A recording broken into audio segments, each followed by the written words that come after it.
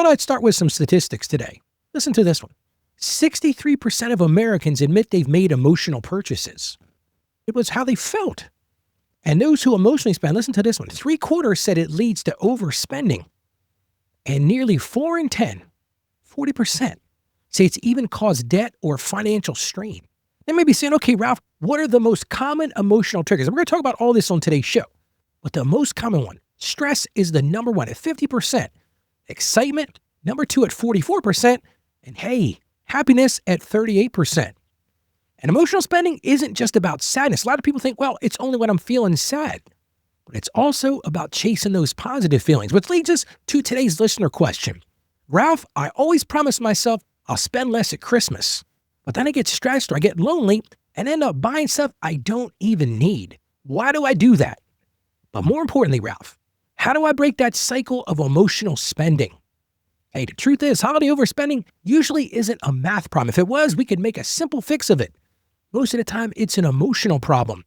We don't just buy gifts, we buy comfort, we buy approval, and we buy escape. That's what we're going to cover on today's show.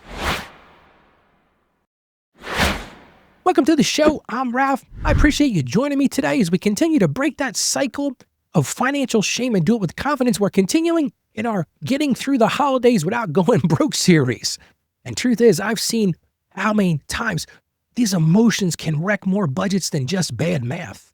And I felt that same pull myself. You might be listening right now. You're like, Ralph, this episode's for me, man. I'm feeling that right now. I don't know how many times I've been buying stuff to feel better. Not because I really needed anything, just because I wanted that emotional high from that. Now, I'm a tax guy. Tax season is my main job. And I remember one tax season. Now, tax season is excruciating. I mean, talking about long hours, deadlines out the wazoo. I remember after once, listen to this, you're not going to believe this. I bought myself a new SUV. Hey, talk about a big monthly payment. Yeah, it didn't ease my stress, though. What it did was just added guilt. Now, I could rationalize that. I said, well, that's my big reward after a tough tax season, working those long hours and those tight deadlines. And sure, I had made some money doing it. But what I didn't realize at the time is what I was really dealing with was this emotional buildup over the days and the weeks and the months of tax season. And this purchase, it was like buying an escape. And I love what this behavioral economist, Dr. Daniel Kahneman said. He said, spending often follows emotion, not reason. Now we can park there for a little bit. Think about what he's saying there. It's following emotion, not reason. So today on the show, let's talk about how to break that cycle of emotional spending. I've got 5 points to cover today, which are really going to help you break that cycle of emotional spending. Number one thing, we got to start here. You got to recognize your triggers. This is the key. This is the secret sauce of this today. What are your emotional triggers? Is it loneliness? Is it comparison? Hey, social media have you comparing to everybody. For a lot of people, it's nostalgia. Oh, I remember when. We buy those things because, oh, I remember when. And when we feel those emotions, those triggers, it makes us reach for a while. So that's the first thing. Understand your triggers.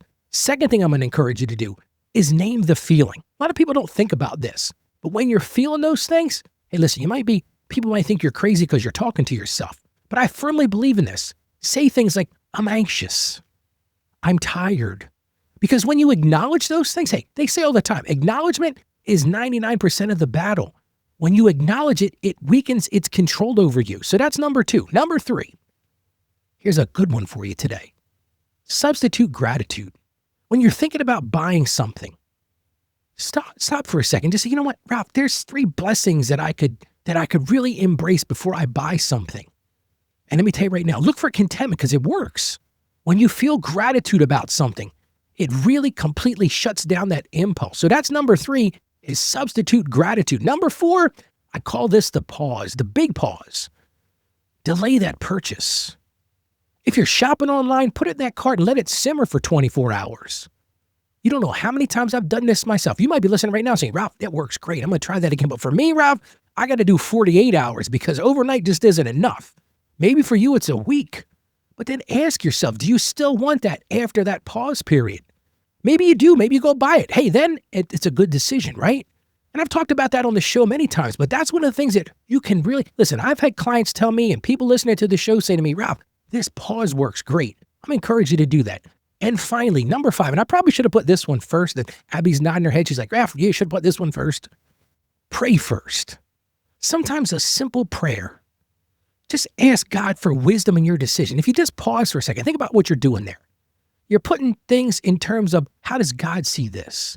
You're really going inside of yourself and naming those things, which leads me right to our Bible verse. Guess what? We got 2 Bible verses for today. The first one is Proverbs chapter 16, verse 32. It says, better a patient person than a warrior, one with self-control than one who takes a city. What's scripture telling us? A patient person, self-control. That's the things we talked about today. Let's look at Philippians chapter 4, verse 11. I love this one. It's all about contentment. I've learned to be content whatever the circumstance. See, the truth is, when I went back and looked at that purchase I made after tax season, it was completely emotional. I had a perfectly fine vehicle. I was just looking for that dopamine high, that emotional high. But if I really had thought about it and just embraced contentment, I would have avoided making that purchase. Well, let's pray together right now. Lord, we come to you right now and we're emotional people, Lord. So we ask you right now to help us see that emotion drives our spending, Lord, and give us peace and give us contentment when we feel empty and fill us with your love and with your joy. And Lord, we ask that you would help us to find joy in what we already have and what you've already blessed us with. And we ask this in confidence in the name of Jesus. Amen. All right, you ready for your action item for today? Okay, here's the big deal. Here's what I want you to do. Before your next purchase, when you're starting to feel that inkling, oh, I'm going to go buy something, Ralph, write down one emotion you're feeling. Whatever that is. I'm feeling lonely. I'm feeling, hey, a lot of times it's boredom. I'm feeling comparison, whatever those things are. Write it down and pray about it. And let's see if you still make that purchase afterwards. All right, well, here's what I want you to do for me today. One of the things that I'd love to do is share the show with other people. We build this audience when you go out and tell people about the show. So I'm going to encourage you to do that today. Maybe you know somebody else that's always spending and they're like, hey, you know, Ralph had this great show today. Just send them to our website. That's right at financiallyconfidentchristian.com. Hey, we can go see all of our shows there. This whole 30-day series will be there. Again, just share the show with them. Send them a text. Send them an email. Hey, pick up the phone and call them. Say, hey, if you're having a hard time at Christmas, I got the guy for you to listen to. financiallyconfidentchristian.com. Well, thank you for joining me today. Remember, spending less isn't about guilt. I don't want you to live in guilt. It's about peace and about freedom. So when you pause, when you pray, and when you choose contentment, you're not just saving money, you're growing in wisdom and you're being a financially confident Christian. So I'm going to encourage you right now, stay financially savvy out there. God bless you, and I'll see you tomorrow on the show.